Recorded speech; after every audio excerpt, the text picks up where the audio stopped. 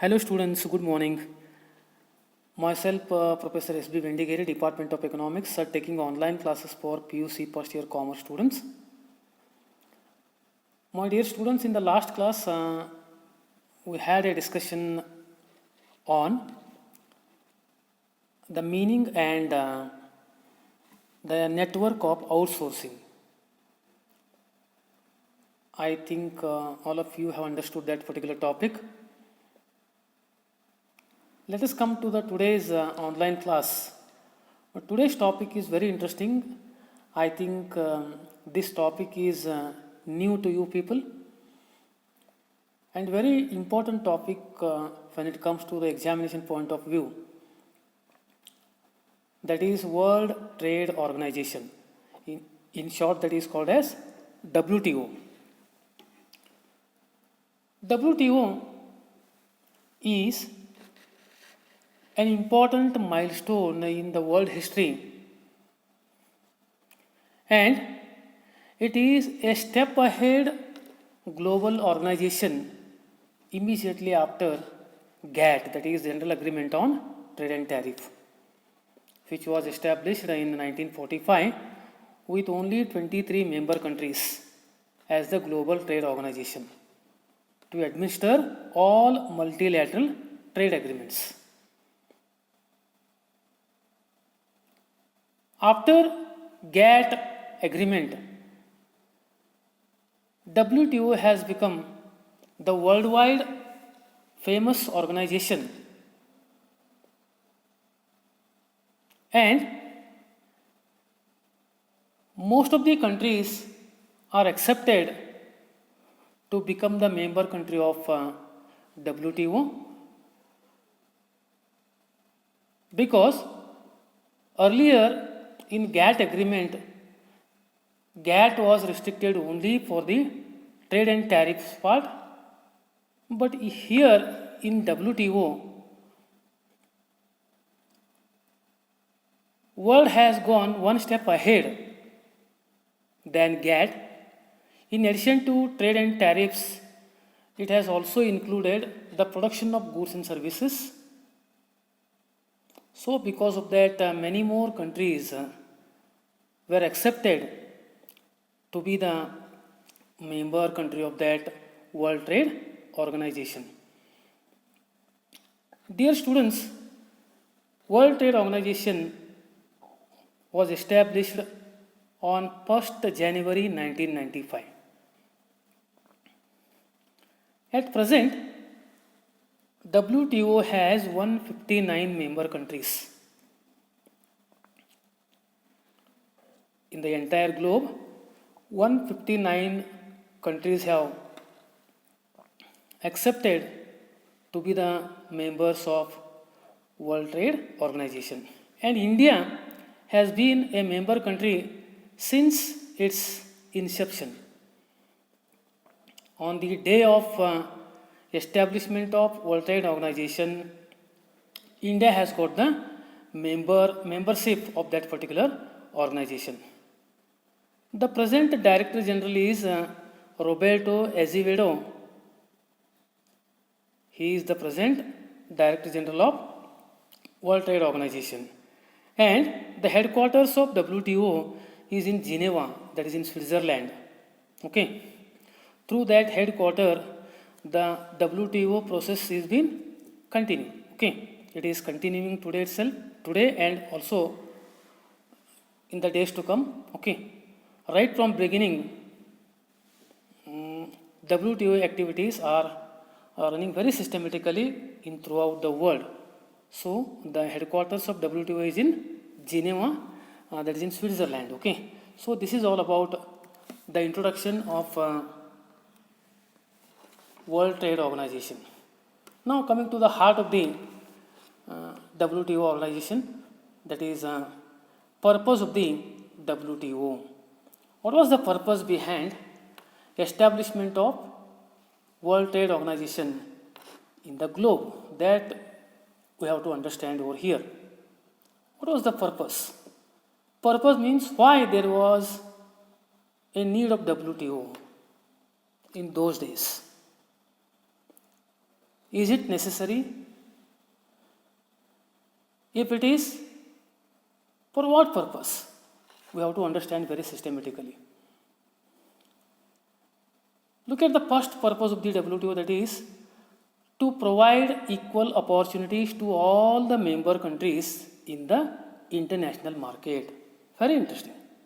The first purpose of the WTO was to provide equal opportunity to all the member countries. When there are 159 member countries at present, I said in the beginning, for all 159 member countries, there is an equal treatment in international market. Equal treatment in the sense, when it comes to restrictions, when it comes to, for example, tariffs and quotas, when it comes to instructions, rules and regulations, these are all equal to all member countries of the world. There is no hierarchy between the countries in case of, for example, WTO. Okay, WTO has not made any hierarchy, distinction in between different countries when it comes to all these opportunities. Each country should have equal opportunity under the head of World Trade Organization. Okay, this is about the first purpose. Coming to the second one, to establish a rule-based trading regime in which nations cannot place any restrictions on trade.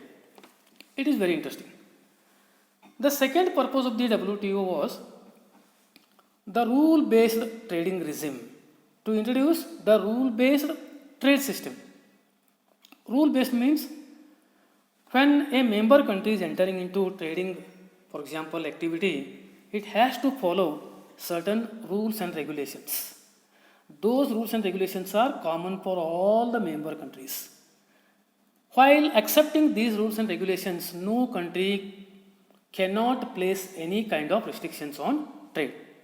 Okay, they have to make a free economy. They have to, for example, make a liberalization of their trading activities when they are getting the membership of WTO. They independently, no member country cannot place any kind of restrictions on trade when they are becoming the member of WTO. Okay. Third one, to enlarge production and trade of services. As I said in the beginning earlier, WTO is a step ahead program, a step ahead world organization immediately after GATT. It is a successor organization immediately after GATT. It means what? Earlier in GATT, that is in General Agreement on Trade and Tariffs, there were only trade and service activities, and that GATT was restricted only for the trade and services. But WTO has gone a step ahead and included production also in that part, for example. So, to enlarge the services of production and trade and services and tariffs, for example, to all the member countries.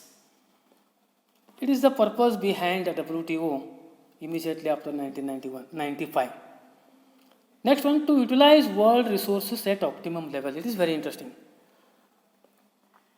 When there are different countries coming forward to get the membership of WTO, they have to provide their own local resources, and they have to, for example, export. They have to give freedom to utilize their own resources for a number of different member countries. The purpose of the WTO is not to go for waste of any single resource in the world. Each resource must be utilized, and it is also at optimum level. Optimum level means in a maximum portion, each resource of every country should be utilized. So because of that, all the countries of the member countries of the WTO have shared their own resources for themselves wherever, whenever required. And coming to the next one, that is to protect the environment. Environment is one subject which has no ends, I think. It is a comprehensive concept topic which has no ends. And it is the duty of every country to protect environment. If environment is not supporting to a nation, there is no possibility of economic growth and development of the country. So, in addition to the resources, in addition to the human resource and natural resources, there must be a support from nature. When nature supports, everything can be done, for example. So, because of that, it is the duty of every member country, when those countries are becoming the members of WTO, they have to protect environment. That too at global level. Take for example global emergencies like ozone depletion, global warming, global war between the different countries, for example. So on these aspects they have to have maximum concentration. Okay, so the main important purpose of WTO was to protect the environment. Okay, next one, to cover trade in goods as well as services. Earlier there were a number of different agreements, but all were related to only services. But WTO has taken into account of trading of both goods and services. Okay, so goods are added in the WTO process, for example. Okay, now coming to the next one, to facilitate bilateral and multilateral agreements to removal of tariff as well as non-tariff barriers. WTO has given free hand to all the member countries to have bilateral agreements or else multilateral agreements. Bilateral means agreement between two different countries, two different contracts. Okay, it's a contractual agreement between two different countries. Multilateral means it's a contractual agreement between more than two countries.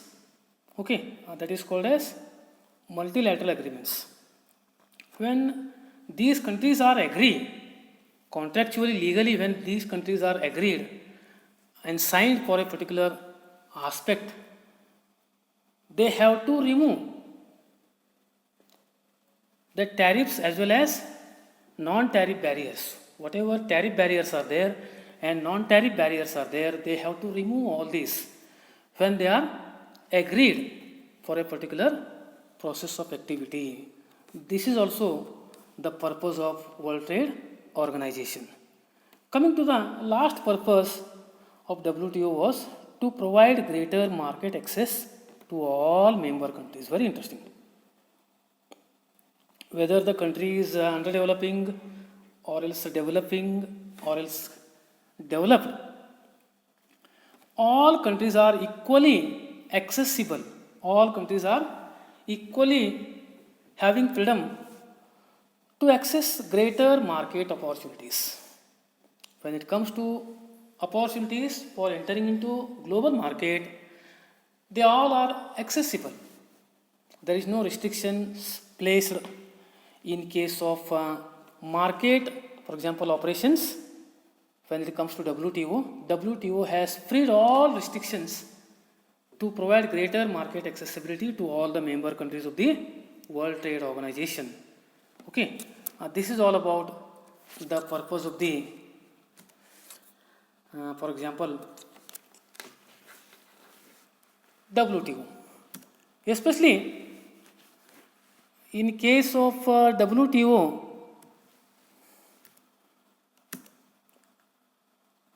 India, when it has become the member country, right from inception of the World Trade Organization, Through 1991 globalization and also liberalization, Government of India has opened up all the activities in the global market, and India has removed all global level rules, regulations, and safeguards in the interest of the developing world. Through liberalization and also globalization, India has removed the quantitative and qualitative restrictions on imports and reduced tariff rates. Before the establishment of World Trade Organization, in economic reforms in the year 1991, when India introduced new economic policy, through